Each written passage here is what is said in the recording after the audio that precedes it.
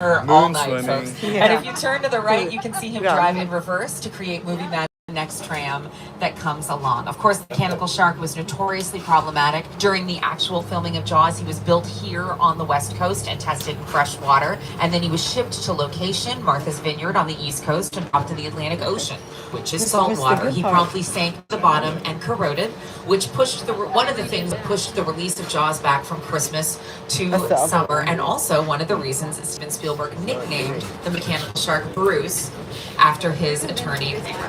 Everything worked out all right in the end, though. Jaws became the first ever summer blockbuster movie. Well, Martha's Vineyard, where they filmed Jaws, averages between 3 and 5 inches of rain a month. That is not usually the case here. Sorry, guys. California, if you make a whole time. But that means that if we rain for production, we have to create rain, and so that's what we're going to do for you here. To the left-hand side of the tram, we're going to make a thunderstorm. If you've ever watched a live broadcast with a rain out or a rain delay, you know that rain doesn't really show up on camera. It's just kind of blurry. So in order to help it have its starring role, we've got to do some things to help it out here, dress it up a little bit in Hollywood. We have these sprinklers that are pointed up in the air so that the water droplets fall more slowly and are slightly larger. When we backlight that, it shows up beautifully on camera. This is also what we call a practical effect, meaning that the camera can capture everything in real time, because then we add sound effects like thunder and strobe lighting for lightning. And we have a thunderstorm on even the sunniest of Southern California days. The only problem is when we leave those sprinklers on a little too long and we get a flash flood. You said coming from the... That's cool.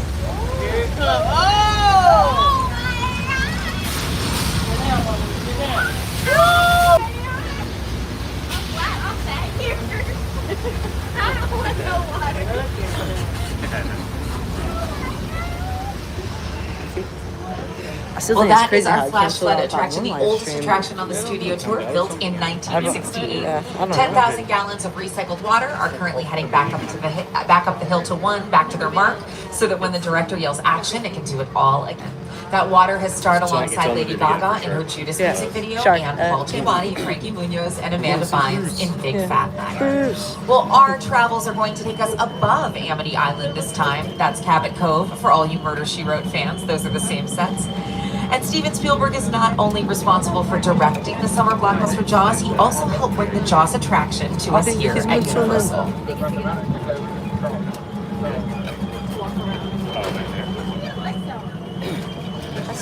Was almost the inevitable result of the size of the box office when Jaws first opened in June of 1975. And that was really the first time I ever got involved in the creation of a ride. It was a great honor to be invited into a greater circle of tremendous designers at Universal that were trying to figure out how to replicate what the movie had done to audiences in a real way by building a physical shark that would come out of the water and terrify tourists as they were sitting in the tram. Well, we are now heading through some of our more suburban sets. To the right-hand side of the tram is Mona's Chicken Ranch from the 1981 movie musical The Best Little Whorehouse in Texas, starring Dolly Parton, Burt Reynolds, and Burt Reynolds' epic mustache. It's also where we first heard I Will Always Love You. But now we have turned onto our true suburban street, Colonial Street. And near the front car of the tram, this purple house on the left, well, that was 1313 Mockingbird Lane, home of the Munsters.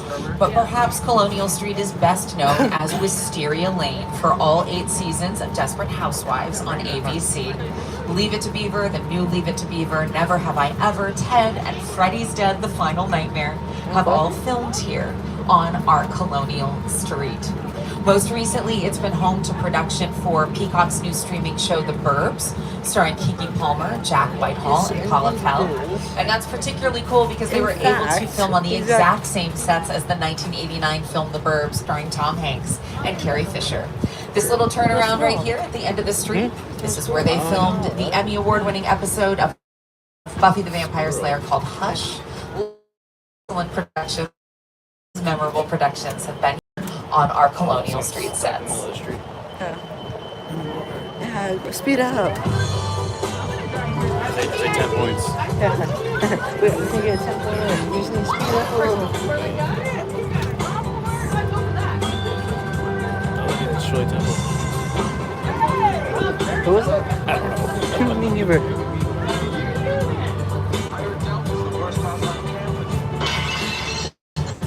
Ah, the sun's bright.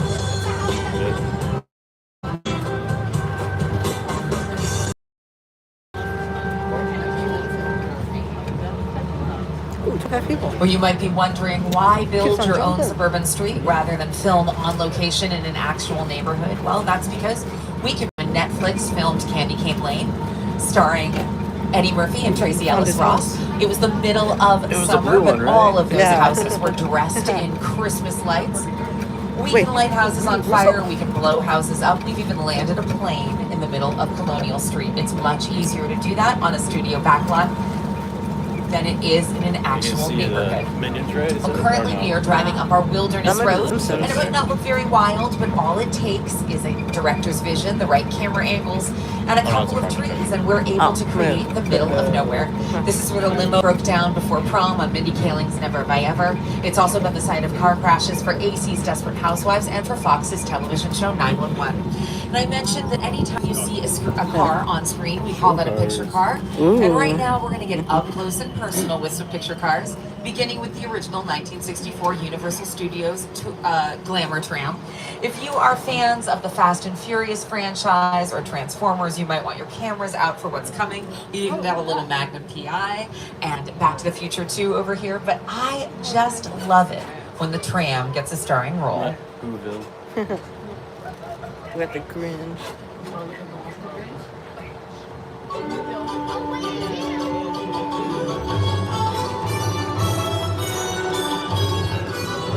Ooh.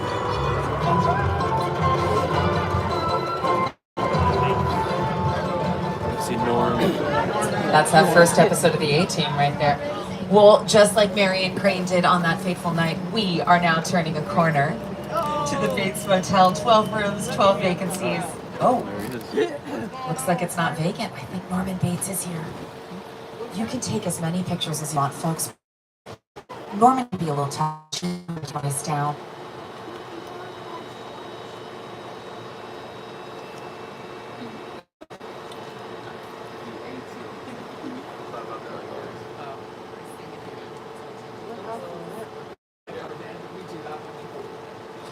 You might want to turn those cameras off now, folks. I don't want you to be accomplices to anything. This doesn't feel like a good situation for oh, hey Norman, we didn't see anything at all. Whatever's going on. Okay, thank you, Court. Let's get these nice people out of here. We'll remember you, Car 4. I'll remember you. Up on the hill there, though. beyond the Bates Motel is one of the most historic sets in Hollywood history. It is the Sco House. When we first built it, it was just a facade, a front wall and a side wall. But over the years, as sequels were made and the set piece was moved around the lot, it was turned into a shell. All four walls, but absolutely nothing inside except the creepiest of vibes. Oh yeah. So, what area are you going to? I feel like we've put you in some really stressful positions, folks, today. So Court and I are going to take you to the most peaceful place we can think of on the back lot. Truly the safest, least dangerous. Oh no! Well, it might look scary, but it is all very carefully placed in movie magic. This is the practical set for Paramount's 2005 War of the Worlds, directed by Steven Spielberg and starring Tom Cruise.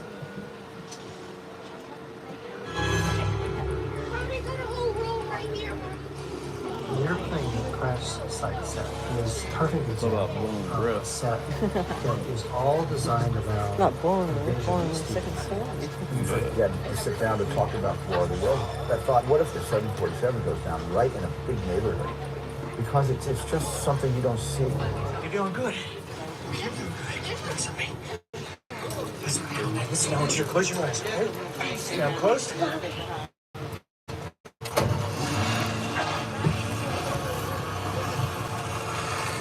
took raising the ref a little too seriously. Get in.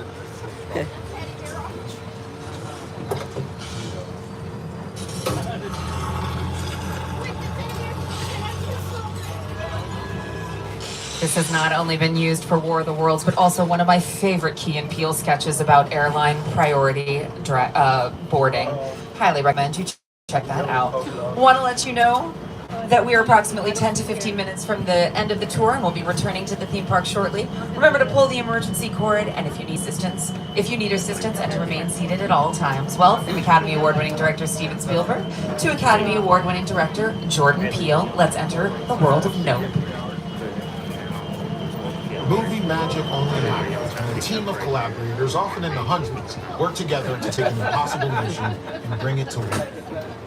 This is Jupiter's Planet, a nostalgic, small-time Southern California amusement park owned by former child star Ricky G. Park.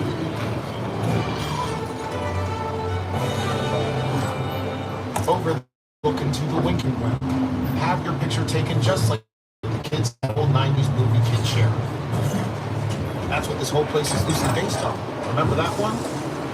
No? A little further down, you can see the brand new Star Lasso Experience. Built to showcase an unbelievable new live show. It's not looking so live anymore. Welcome to the world of Nope.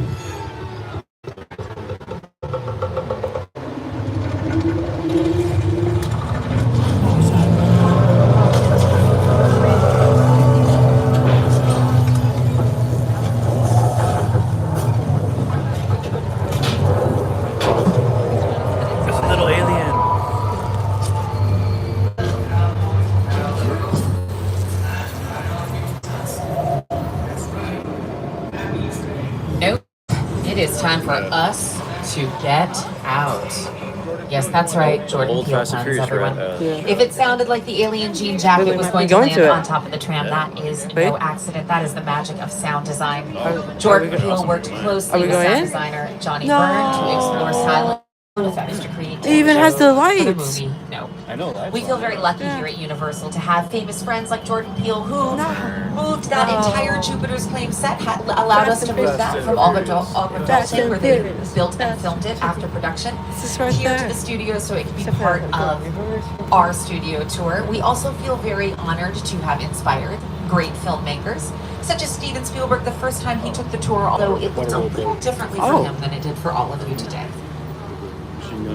My entire career began with my relationship with Kevin Jones. Just as a high school kid on a tour bus. Remember, in those days there weren't trams, there were buses called the Gray Line Tour Bus. And I was so excited and thrilled to be on the lot. It was my first time ever on a movie studio lot. And during the bathroom break, I hid in the bathroom. Liquid nitrogen? Left to get back on the bus. I waited another 15 minutes until I'm sure the bus left, and then I had the entire lot to myself that day. And in those days, movie lots were so crowded because all movies were made on film lots. Today they're made all over the world on locations, but most of it was focused in those days in the 60s on the film lots. So nobody noticed me when I was going around from soundstage to soundstage, and I felt in my own young way, I owned the lot and had the most amazing day of my life. And while I wish you all careers and lives filled with as much passion and success as Steven Spielberg's, I'd also like to thank you for not jumping off the tram today. Thank you. Continue to not. Well, I grew up here in Southern California, and I used to take this tour a lot as a kid. It's kind of a pinch me moment that I get to give this tour to all of you now. Thank you so much for continuing to make Carl Laemmle's dream of bringing movie making to everyone a reality. Also want to shout out, I've got a couple birthdays, it seems, in the front car. So happy birthday. If you also have a birthday in cars 2, 3, or 4, come see me at the end of the tour by the studio directory, and I'll be sure to wish you a happy birthday personally. Before we go any further, could we please put our hands together and give a big round of applause to our driver, Court? A personal favorite of mine because he was the driver on my first tour ever. Yes, not today, a long time ago. If you turn to the right, you have a beautiful view of the San Fernando Valley and a couple other film studios, including Warner Brothers. And we like to share here in Hollywood. When Rory went to Paris in Gilmore Girls, she wasn't actually in France. She was actually here on our Little Europe sets. In Disney, I already mentioned that Princess Diaries 2, a royal engagement, filmed in our Little Europe sets, but so did Pirates of the Caribbean, Curse of the Black Pearl, and several other films in that franchise. We love to share here in the San Fernando Valley and in Southern California in the film industry.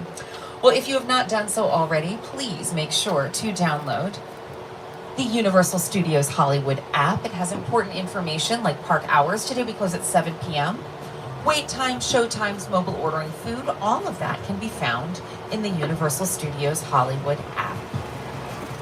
Also want to say a special thank you to our annual pass holders. Welcome back. If you're not already an annual pass holder, head to the box office where they can show you how to turn today's ticket into an annual pass so that you can come back again and again and again and again and again. And finally, if you're interested in purchasing any of the NBC Universal titles you've heard about here today, please visit www.uphe.com or any retail store inside the park. Once again, my name is Tiffany. I'll be waiting by the studio directory after we disembark. Thank you, Tiffany. Oh, thank you. Please remain seated until the tram comes to a complete stop and those gates have been lifted and it's indicated it is safe for you to exit.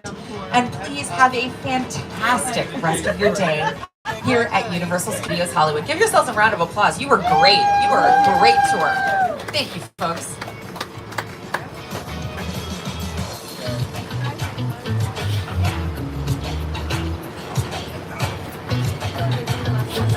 I'll be back live soon, so stay tuned.